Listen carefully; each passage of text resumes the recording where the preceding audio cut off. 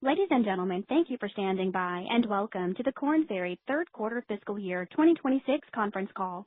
At this time, all participants are in a listen-only mode. Following the prepared remarks, we will conduct a question-and-answer session. As a reminder, this conference call is being recorded for replay purposes. We have also made available in the investor relations section of our website at kornferry.com a copy of the financial presentation that we will be reviewing with you today. Before I turn the call over to your host, Mr. Gary Burnison, let me first read a cautionary statement to investors. Certain statements made in the call today, such as those relating to future performance, plans, and goals, constitute forward-looking statements within the meaning of the Private Securities Litigation Reform Act of 1995. Although the company believes and that the expectations reflected in such forward-looking statements are based on reasonable assumptions, investors are cautioned not to place undue reliance on such statements. Actual results in future periods may differ materially from those currently expected or desired because of a number of risks and uncertainties which are beyond the company's control. Additional information concerning such risks and uncertainties can be found in the release relating to this presentation and in the periodic and other reports filed by the company with the SEC, including the company's annual report for fiscal year 2025 and in the company's soon-to-be filed quarterly report for the quarter ended January 31st, 2026. Also, some of the comments today may reference non-GAAP financial measures such as constant currency amounts, EBITDA, and adjusted EBITDA. Additional information concerning these measures, including reconciliations to the most directly comparable GAAP financial measures, is contained in the financial presentation and earnings release relating to this call, both of which are posted in the investor relations section of the company's website at www.kornferry.com. With that, I'll turn the call over to Mr. Burnison. Please go ahead, Mr. Burnison. Okay, thank you, Regina, and thank you, everybody, for joining us. Our outstanding performance during the quarter reflects the ongoing evolution of our firm. From one Korn Ferry to we are Korn Ferry. Fundamentally, our purpose is to enable people and organizations to be more than. You know, as I reflect on all the recent conversations surrounding AI and disintermediation, it strikes me that the question isn't simply, will AI take away jobs? The fact is, there won't be enough workers. The prism we need to look through is of a stark imbalance in labor supply. So while there may be fewer jobs compared to the last couple decades, there'll also be a lot less people in the labor force. And let's be clear on what this means. It's not simply that AI will take away your job. It's that those not embracing technology in AI will be left out. Today, the world is enveloped by unprecedented levels of change. Ripple effects from the pandemic, aging demographics, and technological advancement from something out of Star Wars, all of which is converging to exert greater impact on the way people live, work, and consume. For example, birth rates in the U.S. have been falling since the late 1960s. They've essentially been cut by more than half in each year. 10,000 baby boomers are retiring every day. That's 4 million a year for the next several years. Over the next 10 years, labor force participation is forecasted to decline further. And today, it's already lower than pre-COVID levels. As the labor force gets smaller, technology or immigration will need to fill the gap between supply and demand to maintain economic growth. And AI will absolutely play a critical role. And at Korn Ferry, we're at the forefront of working directly with global decision makers who are grappling with these issues as they seek answers to creating and sustaining a high-performing workforce. The outliers of achievement and performance are going to be more in demand, not less in demand. The need for highly skilled, agile talent will only increase. it'll be more critical than ever to identify the 20% doing the 80%. Companies must identify, hire, develop, and retain the scarce, experienced professionals needed to lead this transformation, which invariably means doing more with less. And when we look at our own business and our clients, it supports this macroeconomic thesis.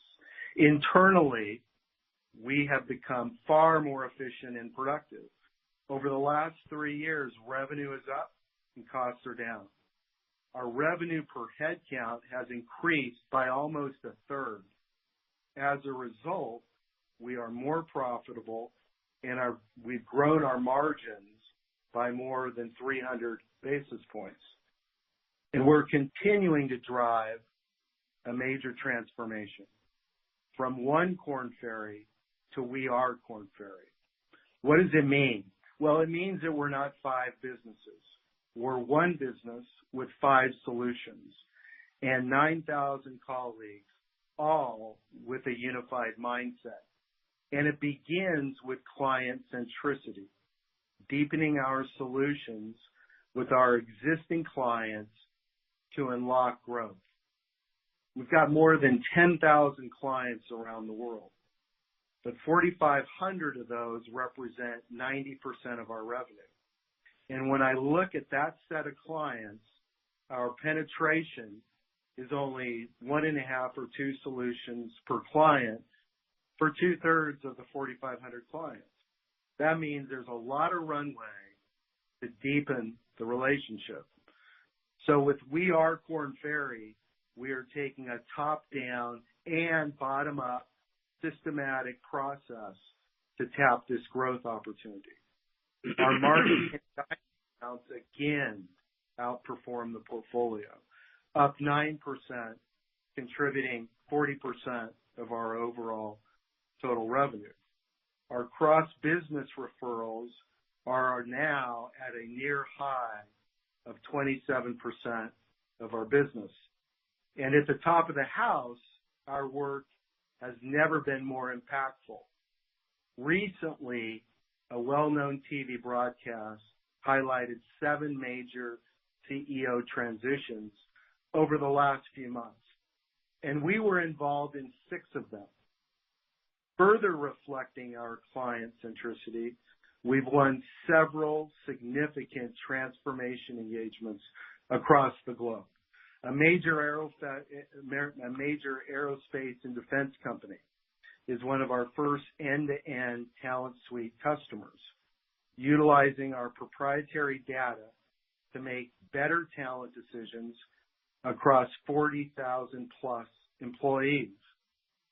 This is a multi-year talent suite engagement. For me, talent suite isn't a product. It's Moneyball for business based on data beyond compare.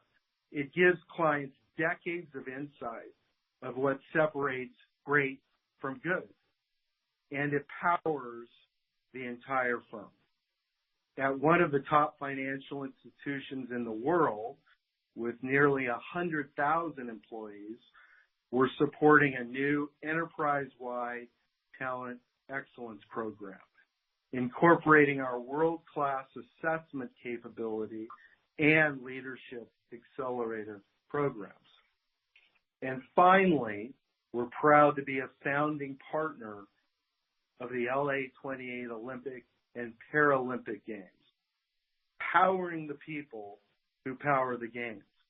We're not only building their C-suite, but also helping them design the organization and hiring the nearly 5,000 people who will perform on the world's most inspiring stage. With that, I will turn it over to Bob Rozak. Bob, go ahead. Great. Thanks, Gary, and good afternoon or good morning. We're very pleased with our third quarter results. This is our 5th consecutive quarter of accelerating year-over-year fee revenue growth, and we continue to deliver earnings growth, driving strong profitability and free cash flow. Our go-to-market approach continues to be intentional and focused on opportunities where we can build broader relationships with clients by selling larger integrated solutions that support their evolving talent issues. Now, what's really impressive is we are doing this in an environment where business conditions and labor markets remain challenged. It is very clear that our strategy is working, and our results demonstrate that we have built a company that is different from others in the industry. We perform differently because we are different. Now, turning to overall company results comparing Q3 of FY26 to Q3 of FY25. Our consolidated fee revenue grew 7% to $717 million. Again, our fifth consecutive quarter of accelerating year-over-year growth. Earnings continued to grow in line with fee revenue, and profitability remained strong. Adjusted EBITDA grew $9 million, or 7.5%, to $123 million. Our adjusted EBITDA margin was 17.2%, it's up 10 basis points, and adjusted diluted earnings per share grew 9 cents, or 8% to $1.28. Total company new business, excluding RPO, grew 11%, with both consulting and digital reaching all-time quarterly highs. RPO delivered $54 million of new business in the quarter, with 78% coming from new logos and 22% from renewals. Estimated remaining fees under existing contracts at the end of the quarter were $1.85 billion. It's up 11% year over year, and we estimate that approximately 60%, or about $1.1 billion, will be recognized within the next year, with the remaining 40%, or about $734 million, estimated to be recognized beyond the next 4 quarters. And finally, our capital allocation during the quarter remained balanced. Through the end of the third quarter, we have returned about $113 million to shareholders through combined share repurchases and dividends, and we've invested $64 million back into capital expenditures focused on Talent Suite, productivity tools, and other solution and product enhancements. In a separate announcement last week, our board has approved a 15% increase in our quarterly cash dividend to 55 cents per share, and that's our 7th dividend increase in the last 6 years. Our cash flow remains strong, and we are confident in the outlook for our business. In addition to the detailed results found in our posted earnings presentation, here are a few company-wide and solution-specific highlights for the third quarter. You saw fee revenue growth was very broad-based across all solutions. The interim portion of our PS&I solution grew 4%, continuing to benefit from new business referrals, which were a key factor driving our outperformance in an industry that has been challenged for more than 36 months. Our new business referrals and Marquee Diamond Account program continue to be contributors of growth enabled by our We Are Korn Ferry go-to-market initiative. As Gary mentioned, new business referrals accounted for 27.2% of our consolidated fee revenue, and that's up 200 basis points year over year, and the Marquee and Diamond accounts continued to be strong at 40% of our total fee revenue. Also in the third quarter, subscription and license new business grew 30% year over year and accounted for 43% of digital's total new business. Additionally, in the third quarter, subscription and license fee revenue grew 8%.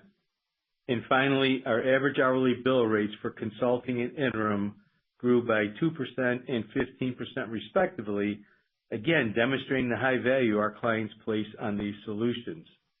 Now turning to our regions, fee revenue in the Americas was up 6%, led by growth in executive search and RPO.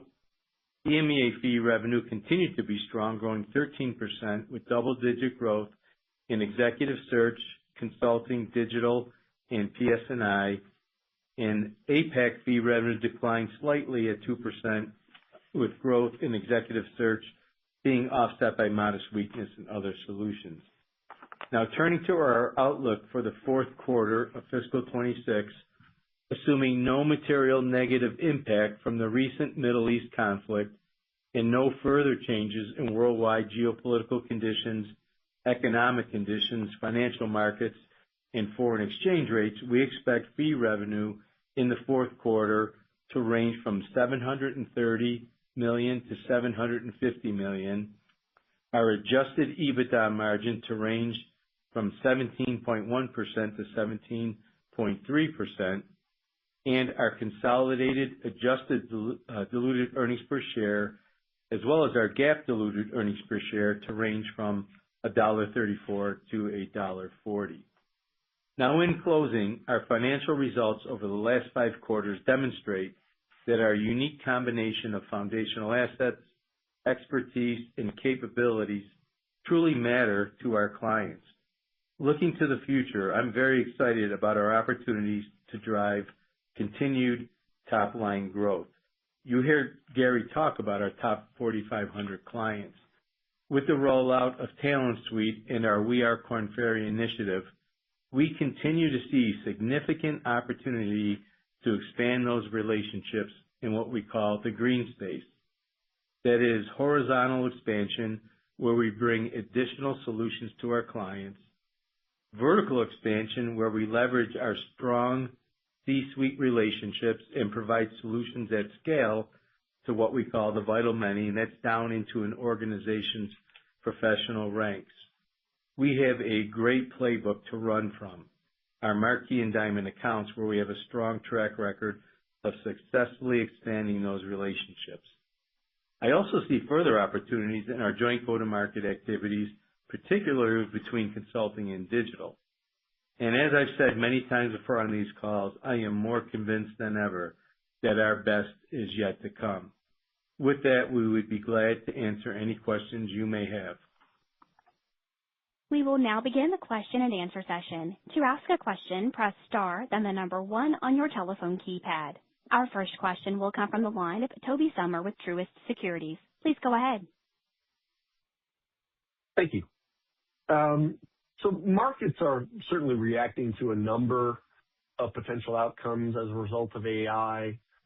How do you see AI impacting Korn Ferry? Well, I think it's going to, at the end of the day, it's going to allow us to drive more efficiency, as we've done over the last 3 years, number one.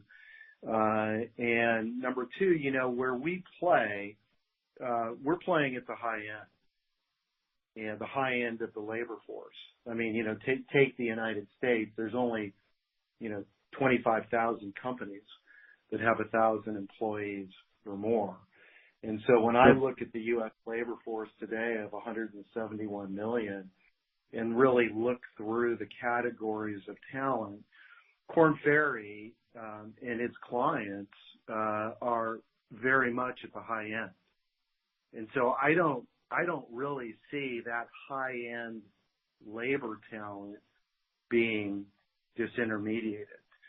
And so I believe long term that it's actually going to create more opportunity for us, not just in efficiency and how we deliver services, but also in terms of our client solutions and delivery. I mean, we've got a number of engagements where we're using what we have is proprietary AI-ready leadership assessment tool.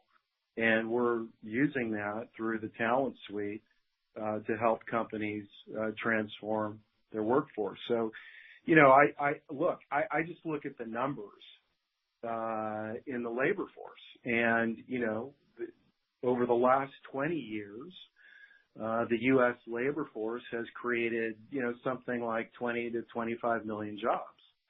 Over the next 10 years, it's estimated to be 5 million. And last year, we produced as a country very, very few jobs. And so I think you've got this huge imbalance between the demand and supply of labor that either has to get filled through immigration or technology. And I would say it's going to be heavily on technology. So for me, it's not it's not a simple question that AI will take away jobs. It's the people that don't embrace AI, they're going to be left out. Look, this is early days, and when we talk to most clients, truthfully, they haven't fully figured out how to use AI to drive efficiency. But when I look at the demographic trends, it's quite clear that companies are going to have to do more with less. It's mathematics around demographics.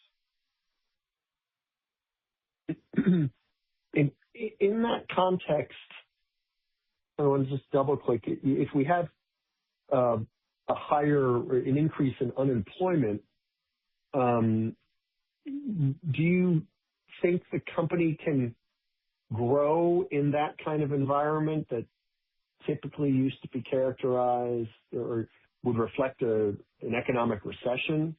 And maybe it would or maybe it won't in this if AI goes to the nth degree, as some are thinking.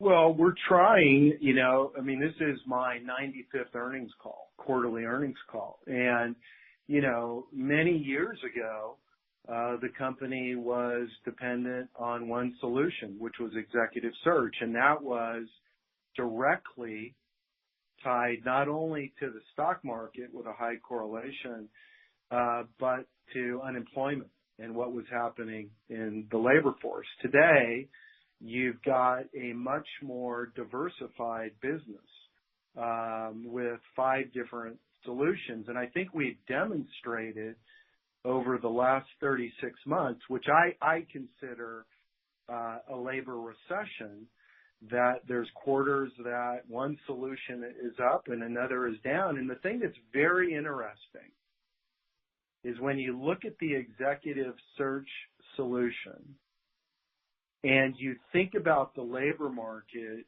over the last, 36 months, you would have expected, based on, historical data going back many years, that the executive search solution would actually be down, when in fact it's the opposite. And so I think that tells you part of the story there is around demographics. I mean, clearly it's around the strategy. There's no doubt about that. But it's also reflective of demographics. It's reflected of post-COVID life. And it's reflective of boards looking at leadership teams and saying, hey, what got you here isn't going to get you there. Then people are making choices about opting out of the labor force, because most of those people in the C-suite were leading businesses during COVID. And so maybe it's work-life balance, but there is something going on here that's interesting. And I look at it and say, our clients, the people that are making decisions around us, are truly the outliers of achievement. And I just don't look at it and think, oh my God, out of 171 million people in the labor force, 20 million are in management roles. I just don't see that they're going to be wiped out here. We have not disintermediated humanity.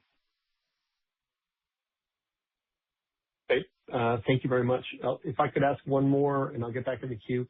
With respect to Talent Suite, do you think that is more likely to have the biggest impact deepening existing relationships, making them stickier somehow, or is it more about expanding into new customer relationships? And I'm sure there's an element of both, but if you had to choose, which way would you go? I think it's the former. The thing where there's incredible, and we've been working now for it's 12 months, on We Are Korn Ferry. And the crux of it, when you look at it, there's 4,500 clients that represent 90% of our revenue.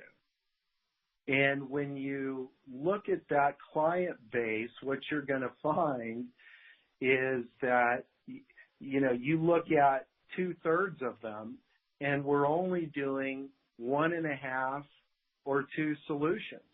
So I look at Talent Suite as not a digital solution play. I look at it as empowering the entire firm. And ultimately, the goal is to try to infuse Korn Ferry's language of talent into companies, how they hire, how they design an organization, how they retain, how they pay, how they develop.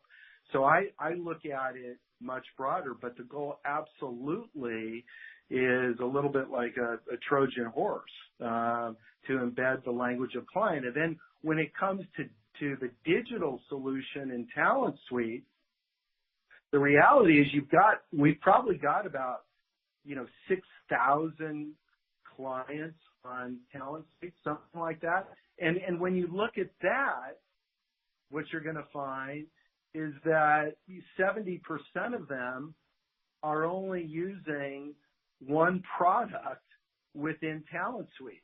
And so there's enormous opportunity there. So for me, it comes down to having a systematic approach on the go-to-market side and having client service teams that are targeting and servicing the world's biggest companies. Thank you very much. Our next question will come from the line of Trevor Romeo with William Blair. Please go ahead. Hi, good morning. Thank you for taking the questions. Maybe I'll just follow up on the Talent Suite discussion.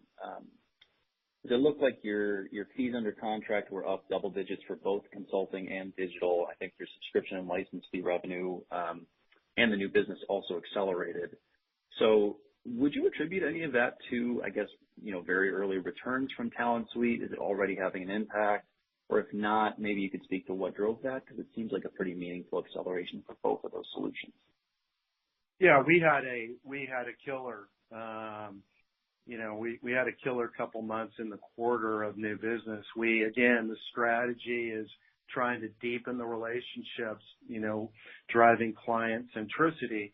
And I would say that Talent Suite had a little impact, but not much, because we did a soft launch in November, and the harder launch was in January. We converted all of the clients seamlessly. We didn't have any problems.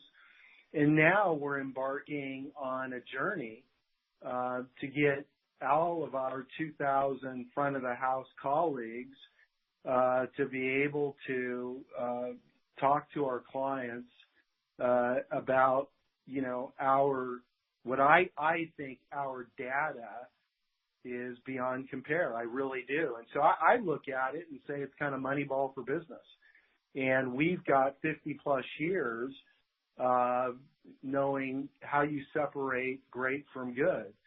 And I think in an environment of going forward where companies are going to have to do more with less, I think this could play a big role in our future. But I don't simply look at it as a digital solution play. It's really connected to everything we do. Our RPO solution, executive search solution, professional search solution.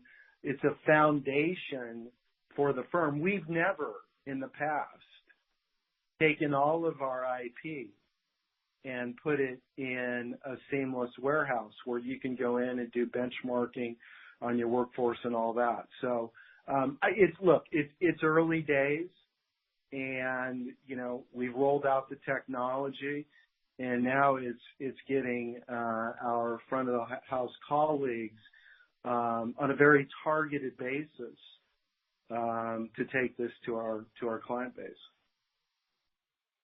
Thanks, Gary. That's encouraging. And then maybe one other Talent Suite question.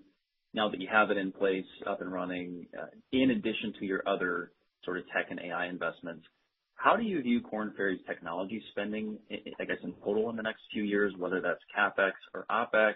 Is the ongoing run rate here, do you think, going to be higher or lower than you may have seen in the past, or the same, I guess?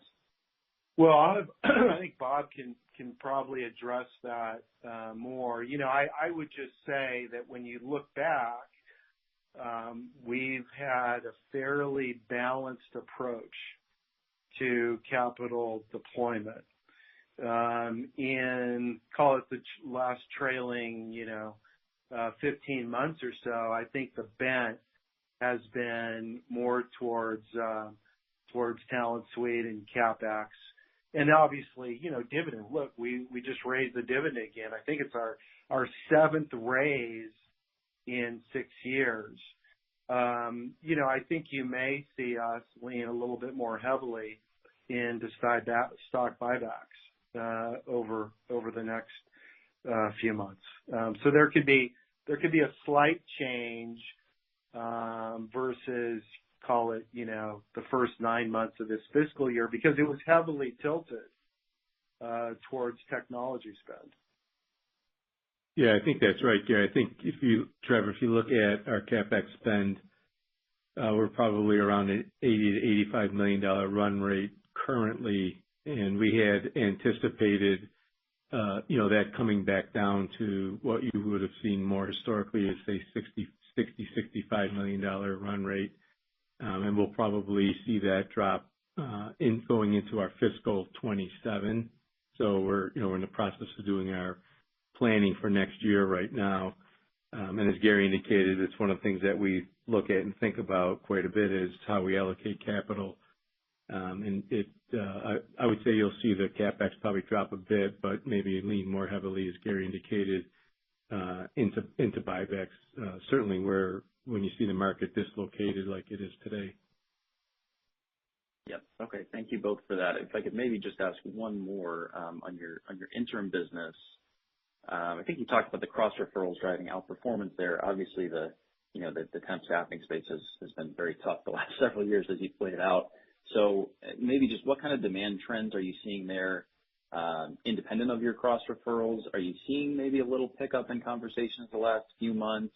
And then on the bill rate jumping up to almost 150, anything you'd call out from a mix perspective there?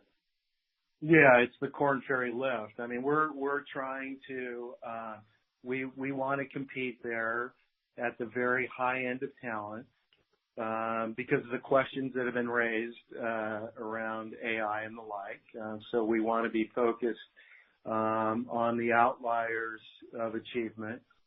And yes, you look at what I've seen in the industry, people have reported they saw, a slight uptick sequentially late November, saw that in December, seeing it flow through to January, somewhat flat in February because of the shorter number of days. But yes, that we've seen absolutely that go up. It's up. It was up 4% in the quarter. That's just the interim part of the business, and the bill rates have gone up. And so, the temp penetration rate is still, at historic lows. You know that better than I.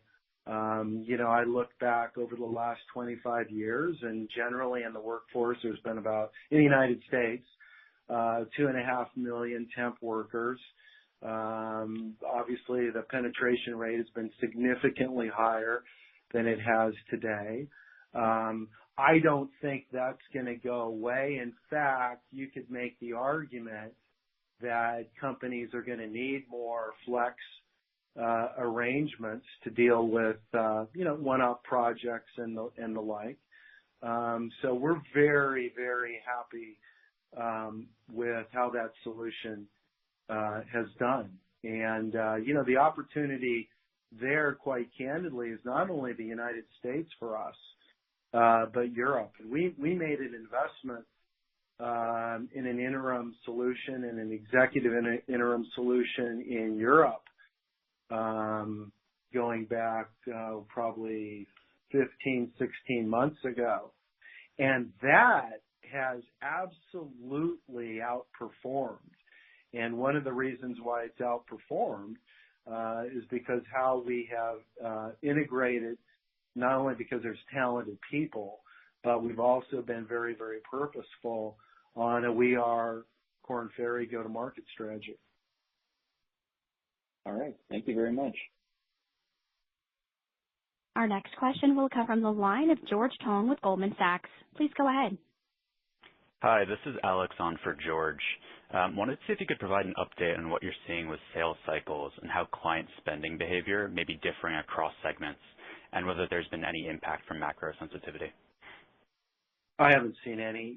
The reality is more of the same. I mean, the BLS numbers in the United States were obviously not great. They weren't great because of healthcare. But if you just look back over many months, the jobs that have been created were in healthcare, government. So, to me, it's more of the same. Now, what I can't comment on is the last 10 days or so. And I don't think anybody can. We have not factored that in to our guidance. 10 days in, you just don't know. But I can just tell you the direction of travel for this firm is unbelievable. And I've been here with dot-com crisis, long-term credit crisis, Great Recession, COVID, all of that. Russia, Ukraine, I can go on and on and on. The changes in China and the extended lockdowns there. I can go on and on and on, but the reality is when you look at the direction of travel, this firm is outstanding. Great, thanks. Yeah, the other thing I would add to that too is if you look at the new business in the third quarter, Gary mentioned we had a couple of really good months. The thing that I found very interesting, usually October and March are high water marks for new business, and then December is usually one of the slowest months because of the year-end holidays and so on. And we hit an all-time high in new business in October, and we eclipsed that in December this past year. And we saw some very large engagements being signed. In fact, 44% of the consulting new business in the quarter were engagements over $500,000. So as Gary mentioned before, we're playing top of the house. People really value what we bring in, and they're struggling to work their way through, the somewhat chaotic world that we live in today. And they're only going to do that through their talent, and that's exactly where we come in. Yeah, got it. That's very helpful. And then I want to ask on the digital side, which saw some improvement sequentially, but was flat year over year on a constant currency basis. So can you touch on what drove this and how the pivot toward enterprise-oriented sales is progressing? Yeah, that's something we have to do. We have to continue to look at our own talent, and we have to ensure that all 2,000 of our consultants can have a more enterprise-wide conversation for sure.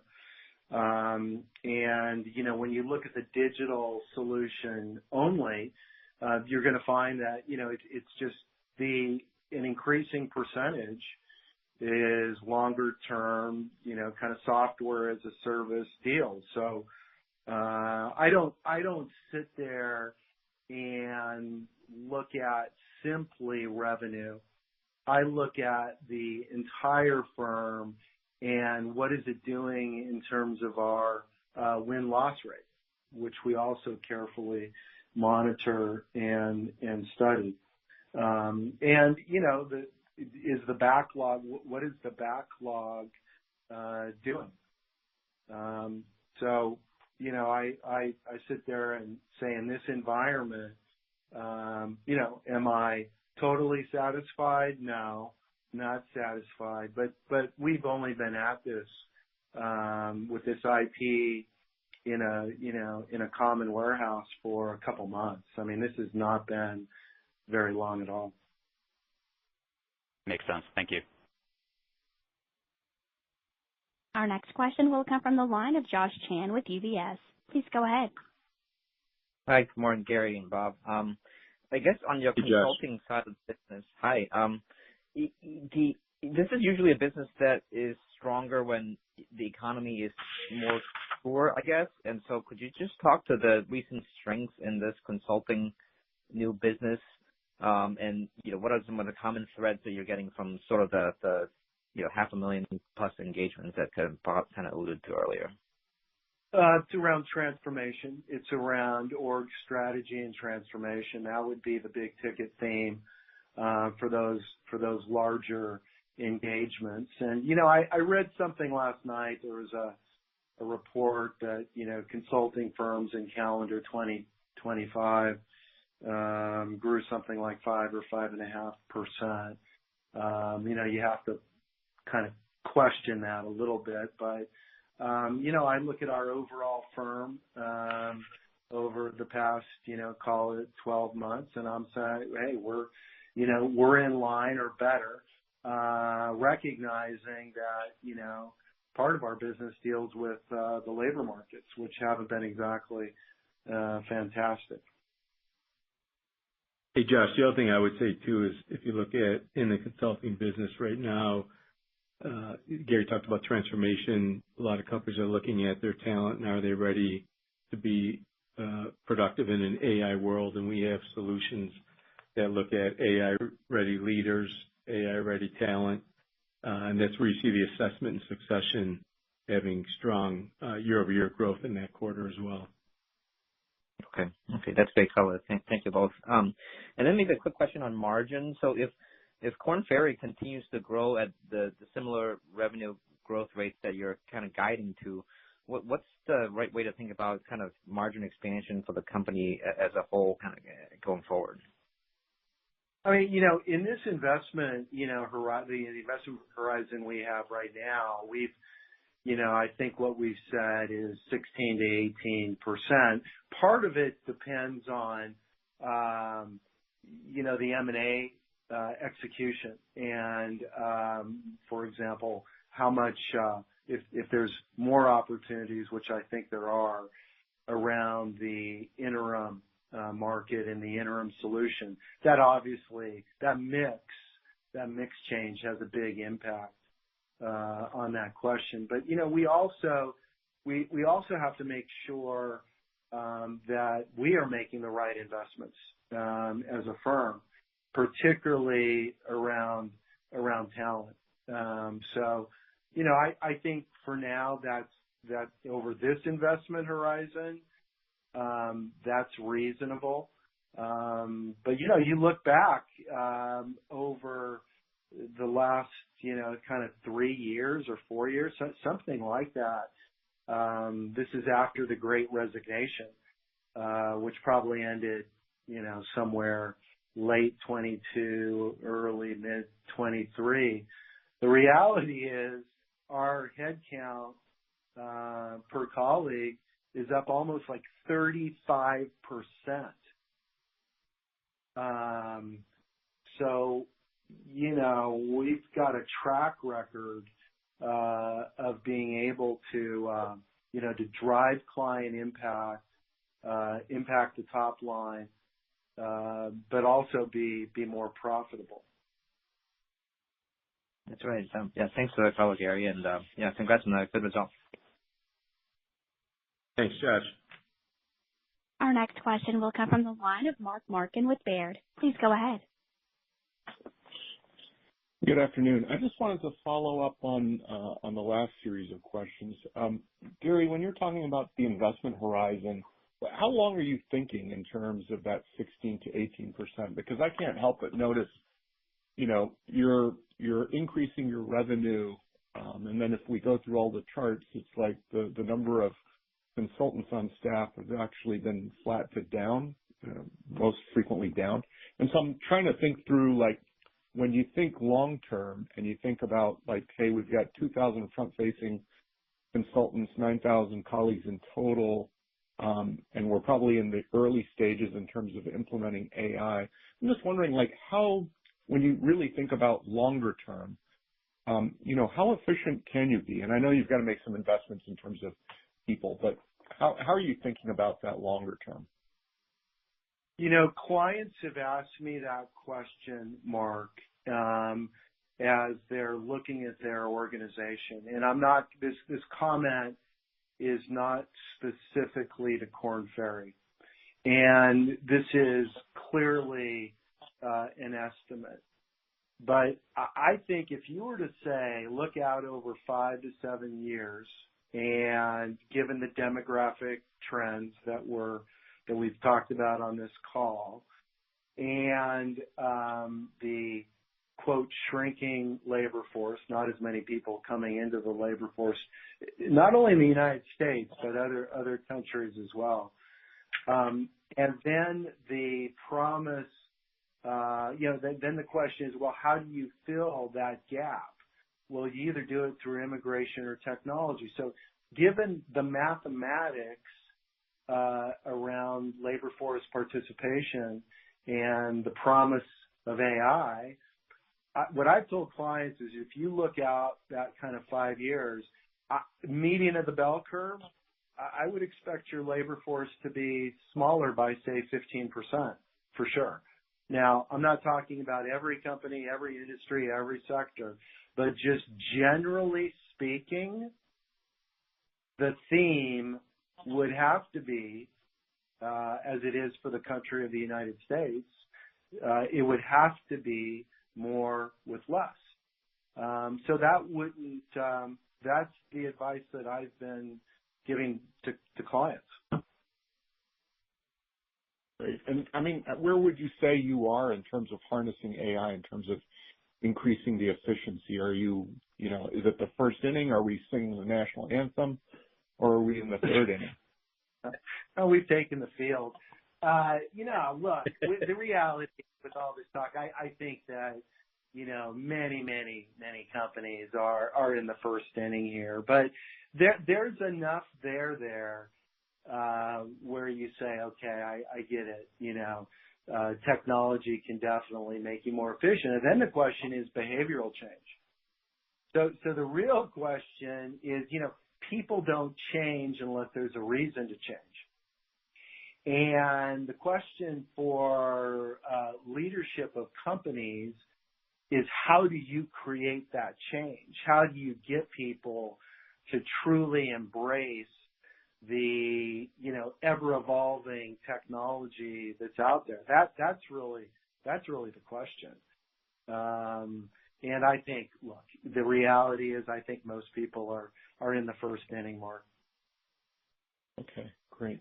And then with regards to Talent Suite, can you talk a little bit about, like, when you're doing these big deals, and you mentioned the aerospace company with 40,000 employees, when you're pricing this and you're pricing it for complete access to Talent Suite, how do you price it? How should we think about that sort of lift?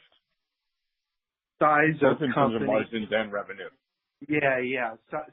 Size of company and number, size of company and number of seats. I mean, that's generally how we do it. And is it an existing client of Korn Ferry?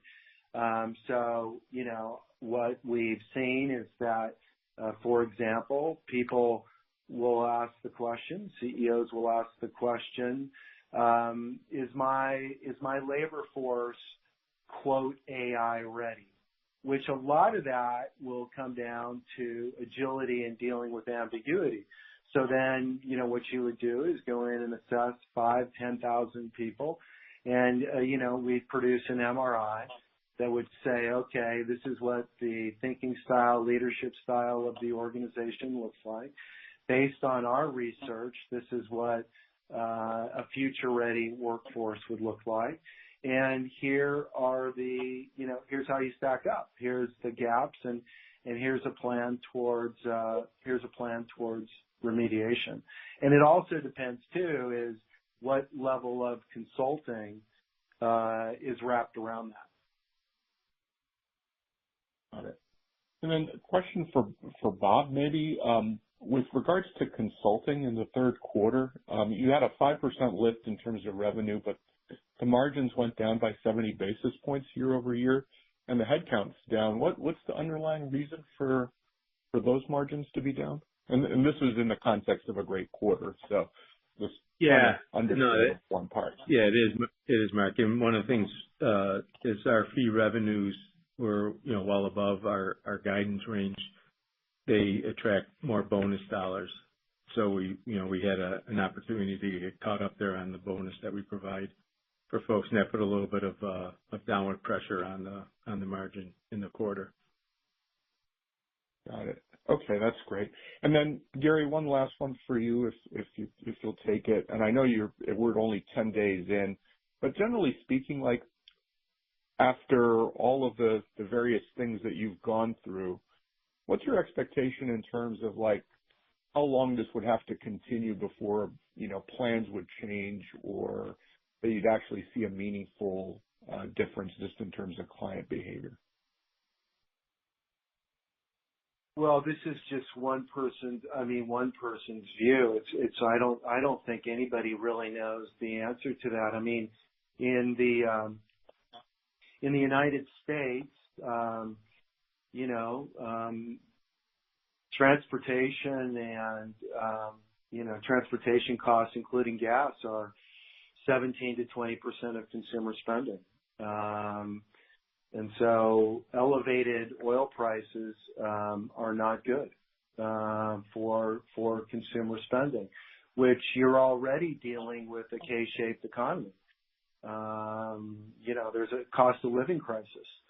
So that's clearly a negative. And to what extent have we opened Pandora's box? I'm the least qualified person to answer that question, but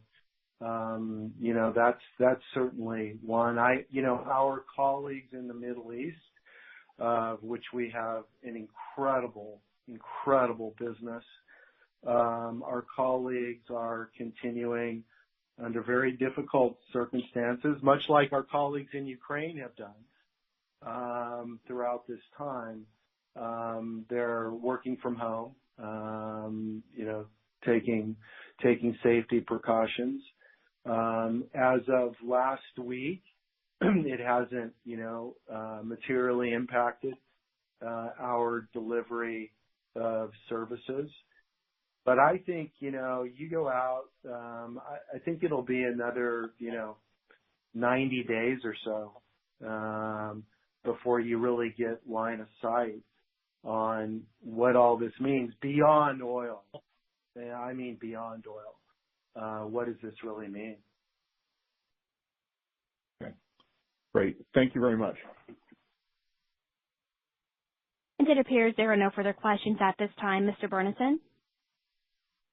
Okay, thank you all for the questions. I'm incredibly proud of this organization and to be a founding partner, which may seem a ways away of LA 28, but it's not. And, I think that will highlight just the power of our organization for sure. We're excited about that.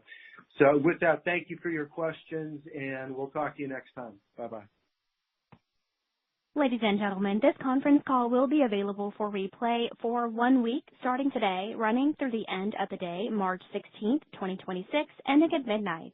You may access the Echo Replay service by dialing 800-770-2030 and entering the access code 3268315, followed by the pound key.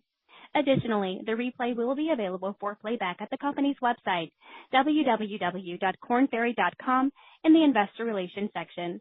This concludes today's call. Thank you all for joining. You may now disconnect.